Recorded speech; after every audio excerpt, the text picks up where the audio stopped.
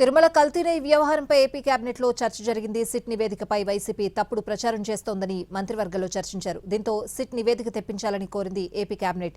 ఇప్పటికే సీబీఐ ఆధ్వర్యంలో SIT charge sheet దాఖలు చేసిన విషయాలన్నీ అధికారులు తెలిపారు. అధికారికంగా సిట్ నివేదిక వచ్చిన తర్వాత స్పందించాలని మంత్రులకు సూచించారు సీఎం చంద్రబాబు.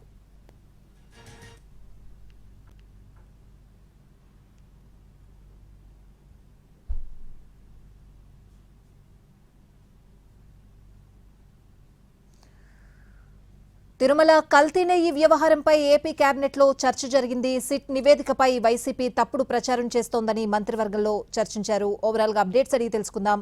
అమరావతి నుంచి మా ప్రతినిధి ప్రసన్న లైవ్ లో సిద్ధంగా ఉన్నారు. ప్రసన్న, అంటే ఓవరాల్గా ఇవాళ ఏపీ కేబినెట్ సమావేశంలో 35 అంశాలు పైగా ఎజెండా ఉంది. సిఆర్డీఏకి సంబంధించి, అదేవిధంగా సిఆర్డీఏలో అనాథ పిల్లలకు పెన్షన్లకు సంబంధించిన నిర్ణయం, వీధి పోటు ఉన్న వాటికి ప్లాట్లు కేటాయింపు, ఈ అంశాలన్నిటి మీద కూడా ప్రధానంగా చర్చ జరిగింది. దీంతోపాటు కేబినెట్ ఎజెండా తర్వాత తాజా రాజకీయ పరిణామాలకు సంబంధించి ప్రధానంగా సీఎం చంద్రబాబు మంత్రులతో చర్చించారు. మంత్రులతో చర్చించిన దాంట్లో ఈ తిరుమల తిరుపతి దేవస్థానం లడ్డు వ్యవహారానికి సంబంధించి, అంటే కల్తీ నెయ్యి వ్యవహారం గత కొన్ని రోజులుగా దర్యాప్తు జరుగుతోంది. సిట్ దర్యాప్తు కూడా ఉంది.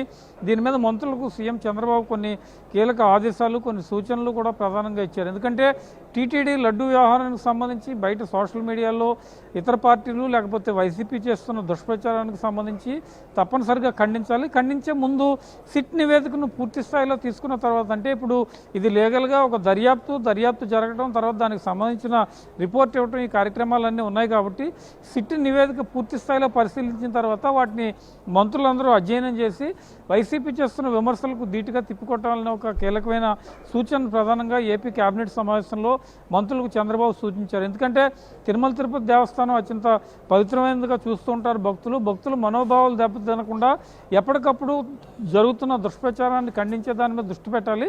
అలా దృష్టి పెట్టాలంటే సిట్ నివేదికను కూలంకుషంగా పరిశీలించిన తర్వాత, ఎందుకంటే సగం నివేదిక చూసి ఇప్పటికే సోషల్ మీడియాలో తప్పుడు ప్రచారాలు జరుగుతున్నాయి, వైసీపీ కూడా దుష్ప్రచారం చేస్తోంది. దీని మీద ప్రధానంగా ఫోకస్ చేయాలంటే రిపోర్ట్ మొత్తం చూడాల్సిన అవసరం ఉంది. కాబట్టి ఆ టీటీడీ లడ్డు వ్యవహారానికి సంబంధించి సిట్ నివేదిక ఏ రకంగా ఉంది, సిట్ నివేదికల అంశాలు ఏ విధంగా చెప్తూ ఉన్నాయి, అసలు ఈ కల్తీ నెయ్యి వ్యవహారానికి సంబంధించి ఎప్పటి నుంచి ఈ ప్రాసెస్ మొదలైంది, గత ప్రభుత్వం ఏం చేస్తుంది, ప్రస్తుతం మనం ఉన్న కూటమి ప్రభుత్వం ఏం చేస్తుంది, ఈ విషయాలన్నిటి మీద కూడా మంత్రులు కూలంకుషంగా దృష్టి పెట్టి సిట్ నివేదిక తెప్పించుకున్న తర్వాతే దీని మీద మాట్లాడాలని చెప్పడం జరిగింది.